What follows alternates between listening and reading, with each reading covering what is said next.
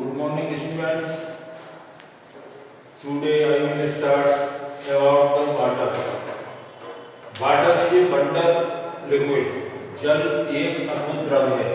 अब पहले मैं इसका इंट्रोडक्शन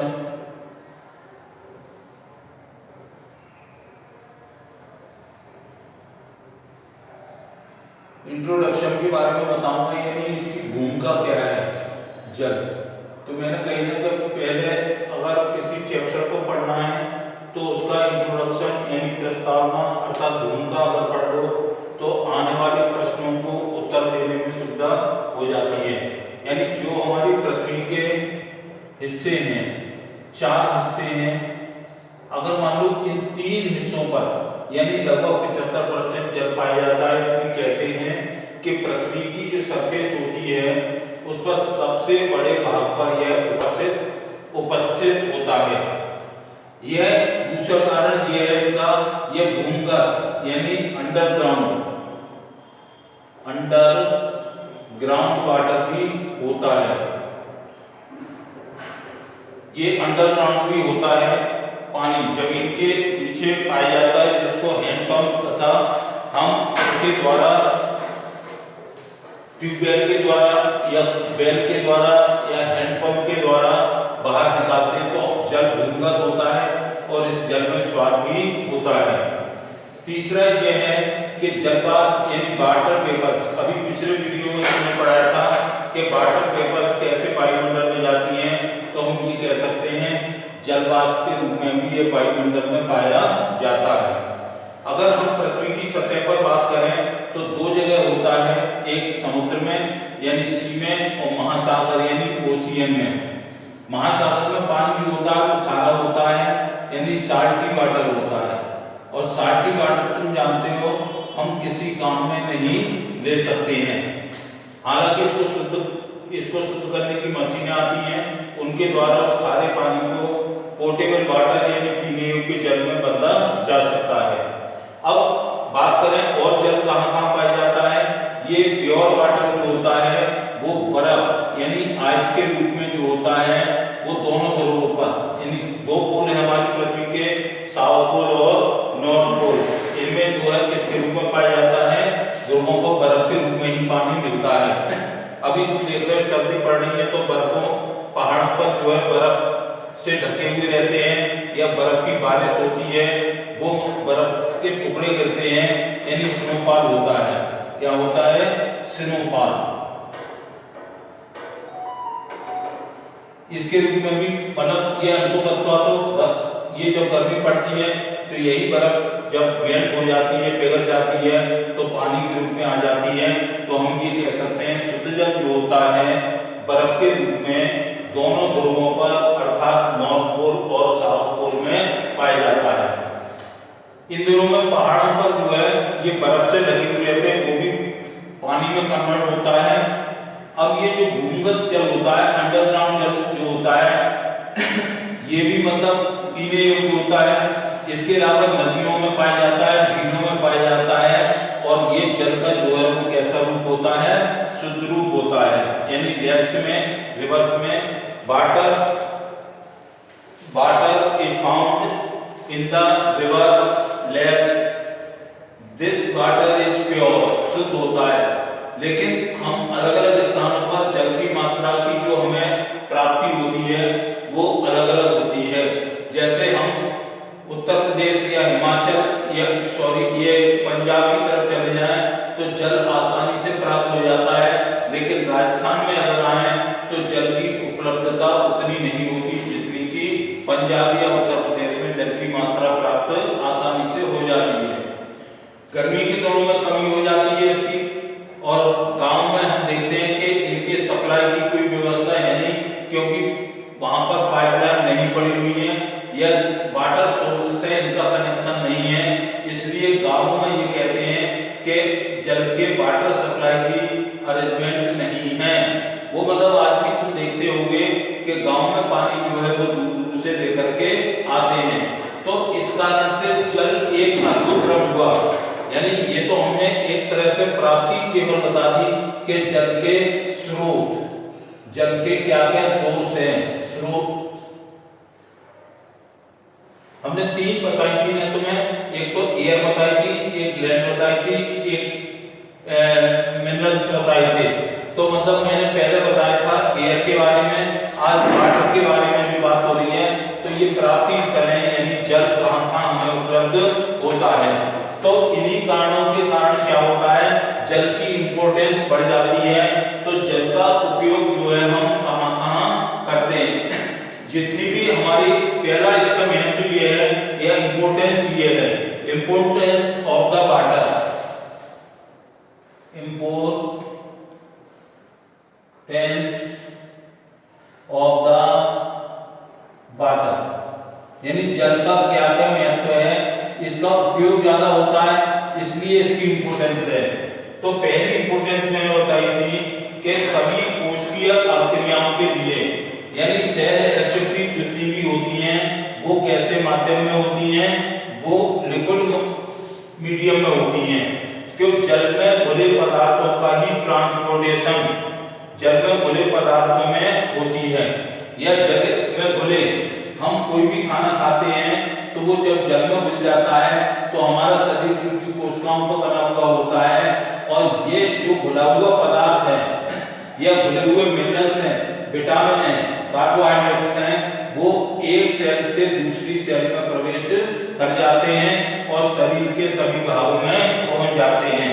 इसका मतलब ये हुआ, पहली इंपॉर्टेंस ये हुई कि जल में घुले हुए पदार्थों का ही संवहन यानी ट्रांसपोर्टेशन होता है।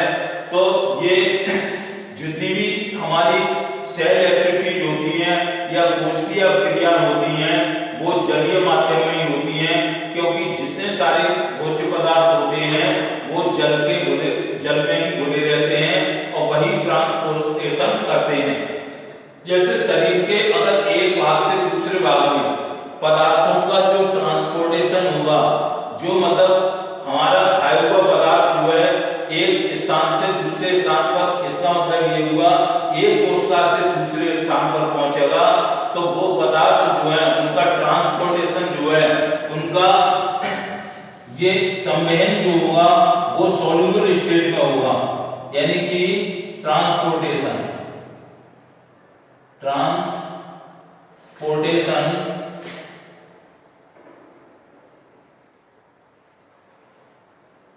इन soluble स्टेज। तो पदार्थों का संवहन जो होगा वो कैसी अवस्था में होगा, घुलित अवस्था में होगा। तो जीवित प्राणी जिससे मतलब क्या है, अपने शरीर में पानी का संतुलन बनाए रखते हैं। अब इसमें तो अगला क्या है, जो पृथ्वी पर रहने वाले जीवित प्राणी हैं उनको जल की बहुत ही ज्यादा आवश्यकता होती है, चाहे वो जानवर की श्रेणी में आए, चाहे मानव की श्रेणी में आए, चाहे कोई भी जीव जंतु हो, वो इनके लिए जल बहुत ही महत्वपूर्ण है। और ये ऊपर के कारणों से पता लग जाता है कि महत्वपूर्ण है। अगर हम मान लो समुद्र में इतना सारा पानी है, महासागर में इतना सारा पानी है, लेकिन वहां का पानी मैंने बताया था वो साल्टी वाटर है। तो मतलब साल्टी वाटर होता है, तो खारा पानी जो होता है यानी साल्टी वाटर जो होता है वो शरीर की कोशिकाएं उसको सहन नहीं कर पाती हैं। अगर महत्व की बात करें तो हम कह सकते हैं पौधों व जंतुओं के लिए आवश्यक है। पौधे और जंतुओं के लिए बिना इसी प्रकार से प्लांट में हम पानी देंगे तो वो हरा भरा होगा और बढ़ेगा तो मतलब वहां भी ट्रांसपोर्टेशन होता है। जब हम जमीन में पानी डालते हैं तो जो मिनरल्स होते हैं या हम खाद डालते हैं वो मिनरल ही हैं, वो मतलब सारे के सारे जल में घुल जाते हैं।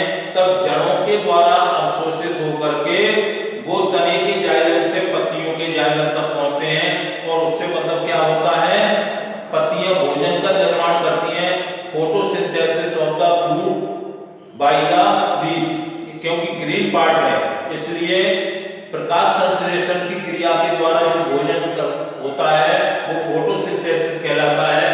तो पौधों के लिए भी यह आवश्यक है, वही सॉल्युबल स्टेज में होना चाहिए, और जंतुओं के लिए तो है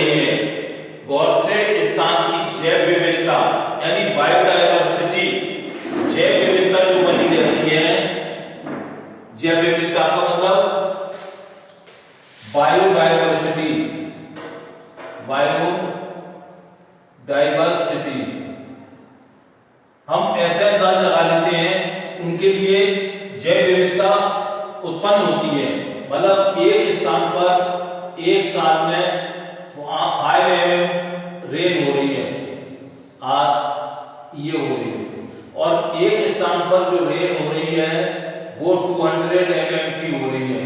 तो इसका मतलब है कि वहां की वनस्पतियां ज्यादा होंगी, उन वनस्पतियों के ऊपर निर्भर रहने वाले यानी डिपेंड रहने वाले जीवों की संख्या या वृक्षों की संख्या भी बढ़ जाएगी, इसलिए वो है जैव विविधता देखने को मिलती है। तो जैव विविधता के लिए भी जल की उपयोगिता है। अगर किसी स्थान पर हम जैव विविधता अधिक देखना चाहते हैं तो हम मतलब क्या है वह इंपोर्टेंस किसकी रहती है, पानी की। इसके अलावा छोटे मोटे हमें कपड़े धोने हैं या मतलब नहाना है या रसोई घर में जल का उपयोग करना है तो वहां पर भी पानी की आवश्यकता पड़ती है। तो ये दूसरे कारक जो है वो टेम्परेचर जो है या नेचर ऑफ सॉइल है वो जीवन के लिए आवश्यक है, क्योंकि नेक्स्ट चैप्टर में मैं मृदा का यानी मिट्टी में जो खनिज लवण पाए जाते हैं उसके बारे में, मिट्टी की प्रकृति है उसके बारे में बताऊंगा कि जीवन जीने के लिए तापमान, टेम्परेचर और मिट्टी की दोनों ही आवश्यक है। तो इन सभी कारणों से जल जो है तो water is a important resources है जो जीवन को स्तर पर निर्धारित करता है, चाहे वो पेड़ पौधे हो, चाहे जीवित प्राणी हो, उसमें चाहे जानवर हो, चाहे छोटे मोटे जीव हो, उन सभी के लिए जल एक महत्वपूर्ण संसाधन है। इसीलिए कहते हैं जल है तो कल है, अगर जल के बिना हमारा जीवन जो है वो संभव नहीं है। तो इसके बारे में मैं जो है जल प्रदूषण के बारे में बताना चाहूंगा कि हम किन्हीं कारणों से जल कैसे प्रदूषित होता है, यानी क्या बताने जा रहा हूं। जल प्रदूषण, जैसे मैंने वायु प्रदूषण का बताया था कि वायु में जब अनुपयोगी पदार्थ या अनुपयोगी गैसें या नुकसान पहुंचाने वाली गैसें मिश्रित हो जाती हैं तो मतलब जल अशुद्ध हो जाता है, इसी को हम जल प्रदूषण कहते हैं। यानी जल में अवांछित या हानिकारक पदार्थों का मिलना ही वाटर पॉल्यूशन कहलाता है। वाटर पॉल्यूशन यानी कि जल प्रदूषण, जल प्रदूषण। अब इसके एक एक पॉइंट मतलब जल प्रदूषित किन किन पॉल्यूटेंट, ऐसे कौन कौन से पॉल्यूटेंट हैं जिनसे जल हमारा प्रदूषित हो जाता है। तो इसमें सबसे पहले आता है जल में जो है कीटनाशक उर्वरक भरे रहते हैं जो बह करके पीने वाले स्रोत में पहुंचते हैं। कौन कौन? नंबर 1 क्या होता था? कीटनाशक, और क्या बताया था? उर्वरक। ये कीटनाशक का मतलब है पेस्टिसाइड्स,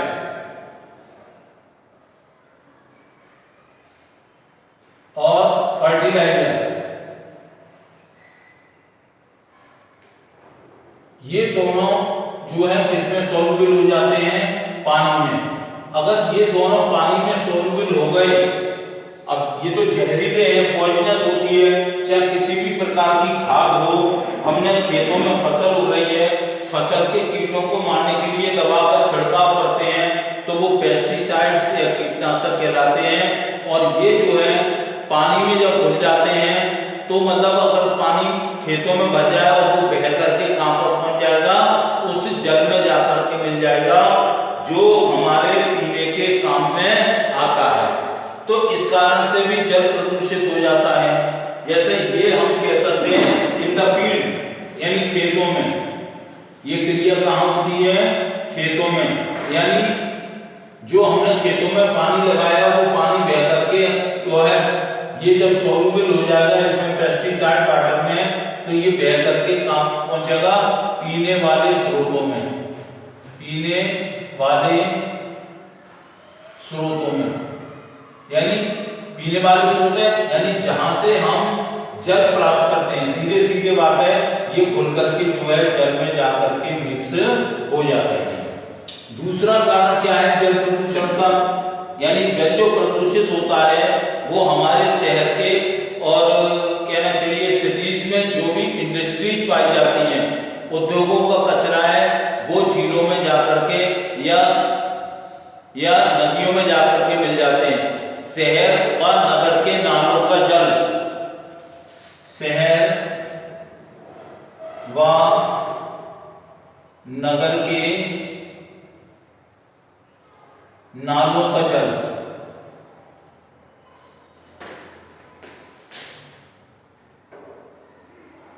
इसके अलावा फैक्ट्रियां यानी कारखाने जो होते हैं, उद्योगों का कचरा यानी वेस्ट मटेरियल जो है जाकर के जब सीधे जो है पेयजल के पानी में मिल जाते हैं जाकर के, तब भी जल प्रदूषण हो जाता है। यानी शहर व नगर के नालों का जल, तो जो शहर में गंदे पानी को निकास के लिए ड्रेनेज सिस्टम होता है और वो एक नाले में जाकर के चला जाता है, या मतलब जो इंडस्ट्रीज है वहां पर जो कचरा उत्पन्न होता है वो भी पानी में बहा दिया जाता है। इसके अलावा तुम देखोगे कि जो परमाणु विस्फोट होते हैं वो भी मतलब जाकर के उसमें मतलब अशुद्धियां या इम्प्योरिटी जो है या जहरीले पदार्थ जो है वो मतलब क्या होता है जल में ही बहा दिए जाते हैं। तो जितने भी एटॉमिक रिएक्टर यानी परमाणु भट्टियां लगी हुई हैं वो नदियों के किनारे ही होती हैं और उन नदियों में मिलने वाला अवशिष्ट पदार्थ उन परमाणु भट्टियों का होता है जो जल में जाकर के मिलता है और जलीय जीवों के जीवन पर प्रभाव डालता है। अगर उस पानी को हम भी पीने के काम में लेते हैं तो हमारे ऊपर भी बुरा प्रभाव पड़ेगा। अब मान लो उद्योगों का गर्म पानी, ये भी हमारे जीवन पर प्रभाव डालता है। उद्योगों से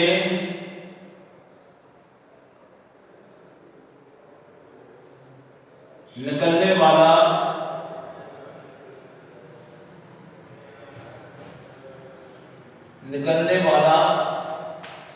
गर्म पानी,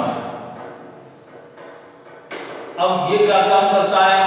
जब हमें मशीन को ज्यादा देर तक काम में लेना होता है तो उसके चारों ओर जो है ठंडा जल प्रवाहित करते हैं।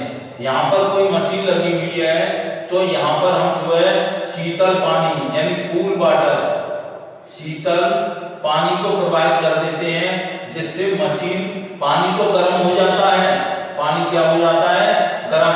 यहाँ कोई मशीन चल रही है तो मशीन की जो घर्षण से गर्मी निकलती है उस गर्मी को पानी एब्जॉर्ब कर लेके गर्म हो जाता है और वो गर्म पानी भी कहाँ है जल में यानी पीने वाले जल में प्रवाहित कर दिया जाता है।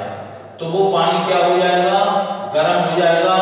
यहाँ कुछ जीवों के लिए वो हल्का गर्म पानी है, ज्यादा गर्म पानी तो मतलब सही रहेगा, लेकिन मतलब क्या होगा जो गर्म पानी जब जाकर के मिलता है तो ऑक्सीजन की कमी हो जाती है पानी में, जिससे जलीय जीवों को मतलब श्वास लेने में बहुत ही कठिनाई आती है, यानी जीवों के संतुलन बिगड़ जाता है। इसका प्रभाव यही पड़ता है। अब सूर्य के प्रभाव से भी ऊपर का पानी गर्म हो जाता है तो नीचे का पानी कैसा रहता है ठंडा रहता है। अब लेकिन कुछ जीव जंतु जो हैं जो जल में रहते हैं वो जीवों की वृद्धि को प्रोत्साहित करते हैं, यानी increment of the organism promote and some, और कुछ को जो है हानि होती है, इससे जीवों का संतुलन आपस में बिगड़ जाता है। अब एक बात देखो, हम निम्न प्रभावों को दिखाने के लिए जल प्रदूषण शब्दों का प्रयोग करते हैं। हम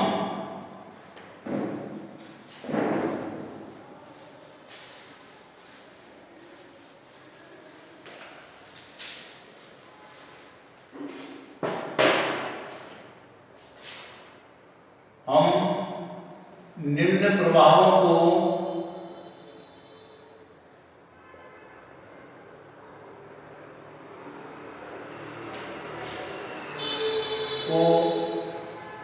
दिखाने के लिए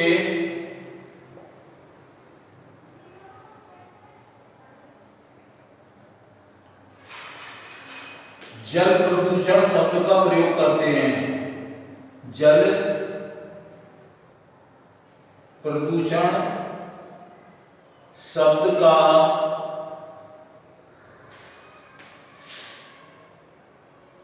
प्रयोग करते हैं।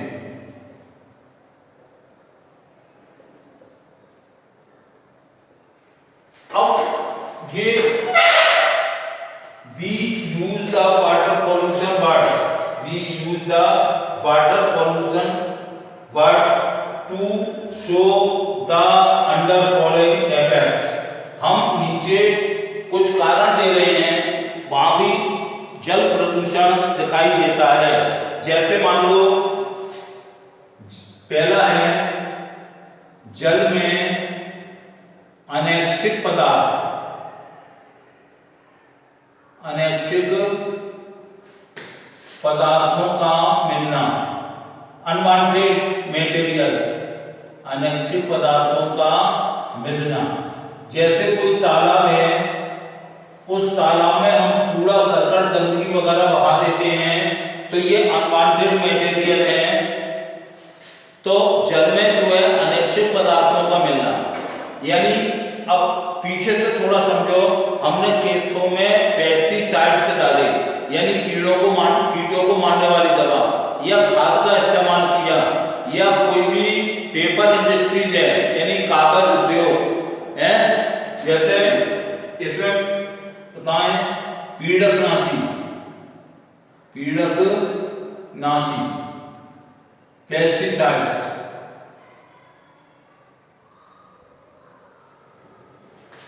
फर्टिलाइजर,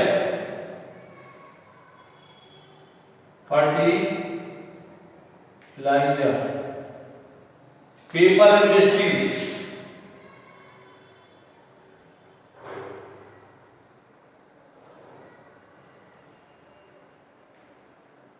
ये मतलब कुछ जो है विषैले पदार्थ होते हैं। इन में मतलब क्या होता है, या ऐसे बैक्टीरिया जो हैजा, कॉलेरा बैक्टीरिया, कौन से, कॉलेरा को फैलाने वाले, कॉलेरा का मतलब हैजा, कागज उद्योग, अब कागज बनाने वाली जो फैक्ट्री होगी, वो हम क्या रखें, मतलब उस कागज को, लुगदी को जो बनाते हैं कागज बनाने के लिए, उसको साफ करने के लिए कुछ केमिकल्स मिलाए जाते हैं। अब देखो इसको एक एक करके समझो।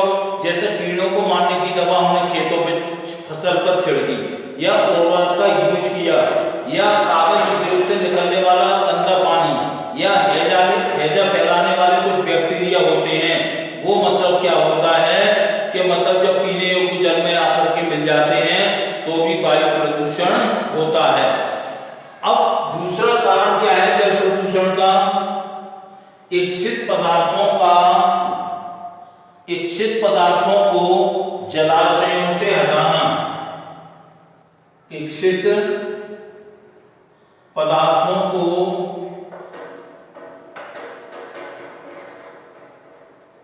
जल से हटाना।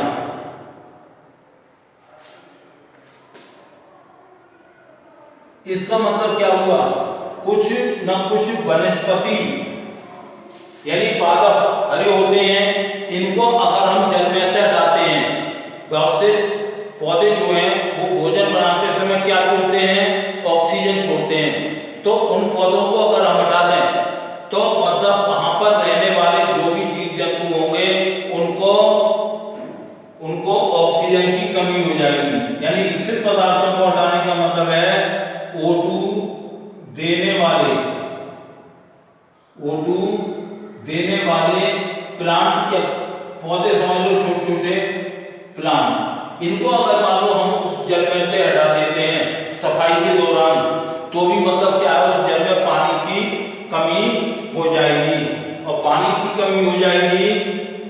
तो क्या होगा, पानी में ऑक्सीजन की कमी हो जाएगी, तो दूसरे जलीय जंतु जो हैं, एक्वेटिक एनिमल जो हैं, उनको मतलब जो है वहां परेशानी होगी और वो मरने लगेंगे।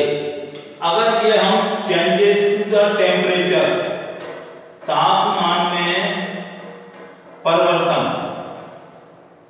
तापमान में परिवर्तन के कारण भी मतलब जल प्रदूषण हो जाता है। जैसे मान लो मैंने बताया था शुरू में कि फैक्ट्रियों से निकलने वाला जो गर्म पानी होता है वो जब जल में जाकर के मिल जाता है तो मतलब पानी गर्म हो जाता है, तो तापमान के अनुकूल जीव जो होते हैं वो तो मतलब रहते हैं, लेकिन तापमान परिवर्तन होने से लिए जीवों के लिए खतरनाक प्रजनन की क्रिया प्रभावित होती है, क्योंकि बहुत से जीव जंतु आते हैं वो प्रजनन करने के लिए, जैसे पेंगुइन है तो पेंगुइन जनन करने के लिए आता है, तो वो उनके गर्म पानी का ताप परिवर्तित हो गया, क्योंकि एक निश्चित तापमान पर ही उस वातावरण में रह करके अपने बच्चे उत्पन्न करते हैं या अंडे देते हैं, तो वो ताप परिवर्तन हो जाएगा, उसके प्रति वो संवेदनशील यानी सेंसिटिव होंगे। यानी सीधा कहें तापमान में अगर परिवर्तन होगा तो जीवों के लिए ये खतरनाक है और प्रजनन की क्रिया प्रभावित होती है, क्योंकि विभिन्न जीवों के अंडे होते हैं, एग्स होते हैं, लार्वा होते हैं। एग्स जैसे मछली के रेणु, एग्स और लार्वा, ये एक स्टेज होती है, तो ये दोनों उसके प्रति सेंसिटिव होते हैं। इसके अलावा और भी हम ले सकते हैं, जैसे मान लो तेल जहाज का डूबना, तेल जहाज का डूबना, oily ship, sink of oily ship,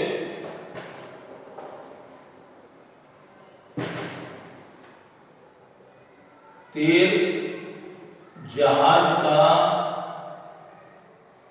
डूबना, ये भी एक जल प्रदूषण का कारण है। Sink of oily ship, oily ship का मतलब क्या हुआ कि जब दूसरे देश से तेल आता है जहाजों में भर करके, टैंकर में भर करके, तो वो जहाज कभी कभी डूब भी जाते हैं या कोई दुर्घटना हो करके आपस में टकरा करके टूट जाते हैं, तो उनका सारा का सारा ऑयल जो है पानी की सतह को कवर कर लेता है, जिससे वहां रहने वाले जीव जंतुओं को श्वसन क्रिया, रेस्पिरेटरी सिस्टम में परेशानी उत्पन्न होती है, तो ये भी एक जल प्रदूषण का कारण है।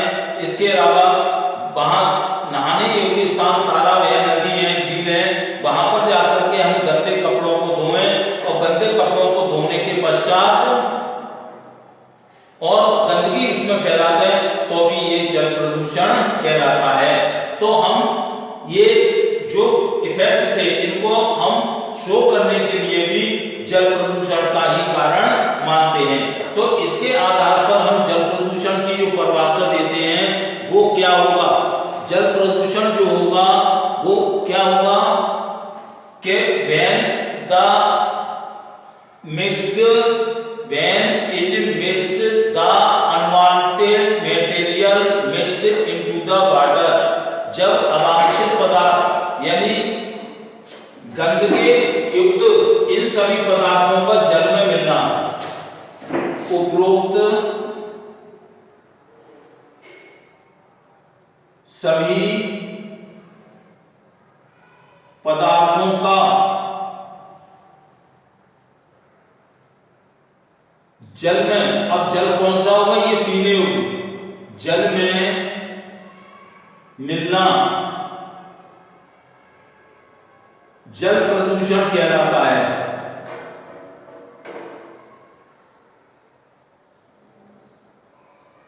जल प्रदूषण कहलाता है।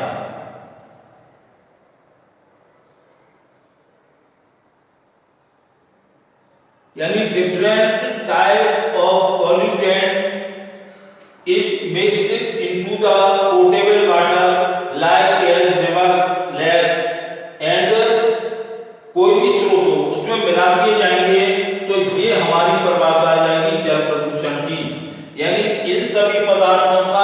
मिलना ही